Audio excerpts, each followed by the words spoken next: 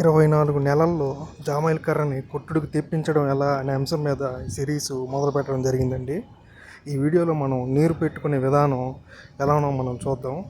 Previous వీడియోలో మనం మొక్క వేసే రోజు ఎలాంటి కొలతలు పెట్టి వేసుకుంటే మంచిది అనే వివరాల గురించి మనం వివరంగా తెలియజేయడం అయింది. ప్రీవియస్ వీడియో చూడనట్లయితే ఒకసారి వెళ్ళి చూడండి.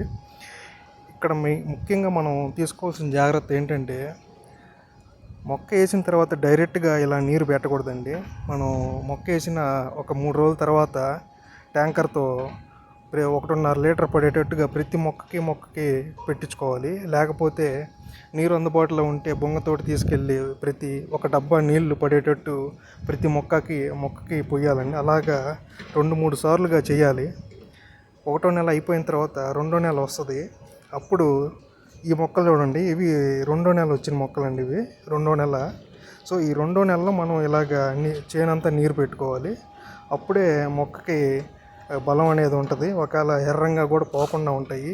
మనం మొదటే కనుక నీరు పెట్టేస్తే చేను మొత్తం అవి ఎర్రంగా వెళ్తాయి. మళ్ళీ గడ్డి కూడా మాత్రం మెరిగిపోయింది. సో ఇక్కడ చూడండి, ఈ విధంగా మడవలు అయితే చేసుకోవాలి.